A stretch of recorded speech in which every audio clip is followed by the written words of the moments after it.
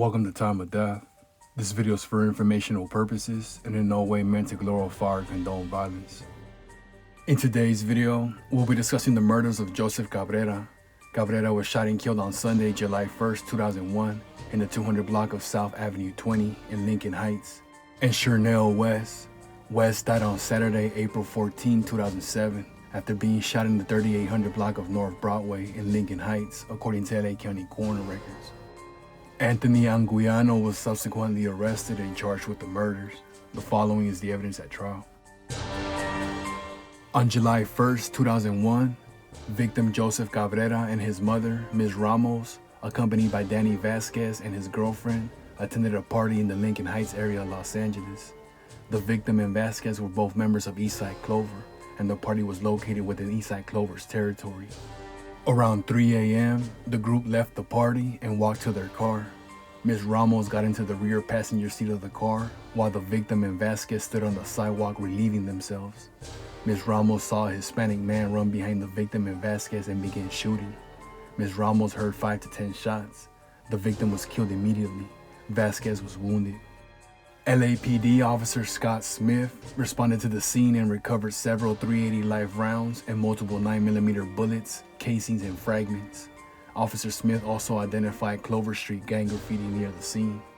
The victim died from multiple gunshot wounds, most of which entered his body from behind. 4 bullets and several fragments were removed from the victim's body during autopsy. All the 9mm bullets retrieved at the scene and recovered from the victim's body had been fired from the same gun. On August 5, 2001, LAPD officer Christopher Patterson was on patrol when his attention was called to a Jeep parked on the side of the road. Defendant approached the car and told Officer Patterson the car belonged to him. Officer Patterson found a 9mm Glock loaded with an 18-round magazine under the driver's seat of the Jeep. Defendant admitted ownership of the gun and identified himself as a member of Dogtown, a rival of Eastside Clover. Officer Patterson confiscated the gun and booked it into evidence to be held for forensic analysis. Defendant's gun was not tested until 2007. At that time, it was found to match the bullets, casings, and fragments recovered from the Cabrera shooting. Ms. Ramos, who saw the shooter only from the nose up as his face was partially covered, was unable to identify defendant in the photographic lineup shown to her shortly after the shooting. Shown a second photographic lineup on September 18, 2007, roughly 6 years after the crime, Ms. Ramos identified defendant as the shooter. In the early morning of April 14, 2007, Ms. Juarez and victim Shernell West, an Eastside Clover Street gang member, left the restaurant located near Avenue 20 and North Broadway near downtown Los Angeles, with another couple also associated with Eastside Clover.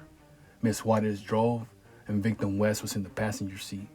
As they headed toward the intersection of North Broadway and Lincoln Park Avenue, Ms. Juarez's car was approached on the passenger side by a blue minivan.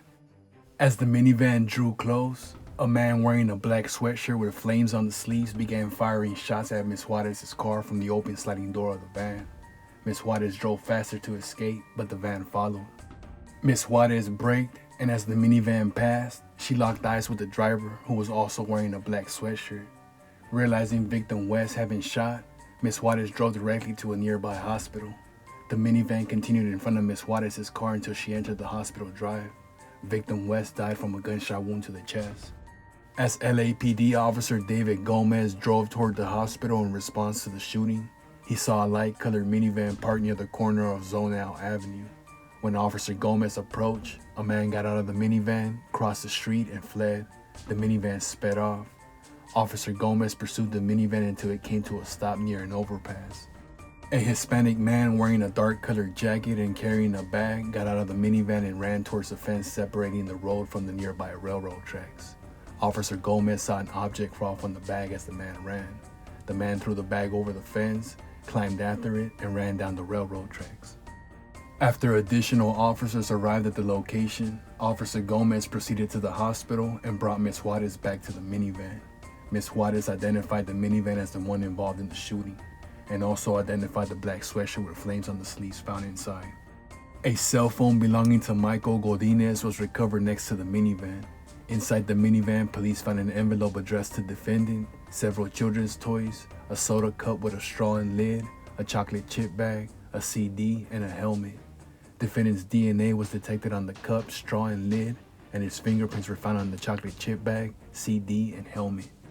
2 days later, police recovered a backpack on the other side of the overpass near the train tracks. The backpack, which defendant's 14-year-old stepson identified as his, bore the name Dogtown and other gang-related markings. Inside, police found a 9mm gun, ammunition, and 2 magazines. Godinez's fingerprints were found on one of the ammunition boxes, and the spent bullets recovered from Ms. Juarez's car matched the gun. A month later, Ms. Juarez identified defendant as the driver of the minivan in a photographic lineup. During the search of defendant's home, police found gang graffiti, photographs of defendant in Dogtown gang apparel, a firearm cleaning kit, and a gun magazine holder. Additional photographs showed defendant and other gang members, including Godinez, displaying gang signs. Godinez, as well as both of defendant's brothers, were also identified as members of Dogtown. LAPD officer Adrian Lopez, testifying at trial as a gang expert, explained that Dogtown claimed the area just north of downtown Los Angeles. The Eastside Clover gang claimed the area just east of the LA River, the dividing line between the two rival gangs. Defendant was charged with the July 1, 2001 murder of Cabrera and the attempted murder of Vasquez, as well as the April 14, 2007 murder of West and shooting at an occupied motor vehicle, along with multiple enhancements. Defendant did not present any evidence in his defense. Following the trial, the jury convicted him on all counts and found all the allegations true. He was sentenced to 2 consecutive terms of life without the possibility of parole, plus 65 years to life. Joseph Cabrera was 18 years old at the time of death. Shernell West was 25 years old at the time of death.